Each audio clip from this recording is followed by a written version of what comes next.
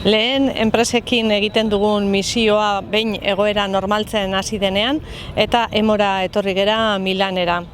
Berpizkunde honek nolabait erakartzen du jendea, ikusten ari gerala enpresak etorri direla, Euskaditikan etorri dira hainbat eta kanpotikan ere bai. Beraz, nabaritzen da gogoa eta nabaritzen da gorantz goazela.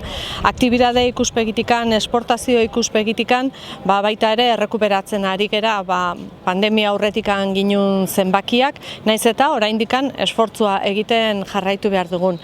Enplegu aldetikan ere iraila izan da azkeneko 15 urteetatikan hoberena. Beraz, guzti hau seinale da ari gerala errekuperazio horretan. Eta guzti hau industriari esker batez ere.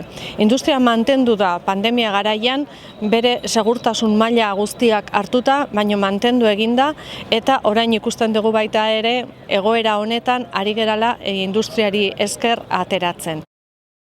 Asko dugu eskertzeko eta zoriontzeko eta jarraitu behar dugu kasu honetan gure apostuarekin sendo eta atzea begiratu gabe aurrera etorkizuna nondikan etorriko dan kontutan izanikan.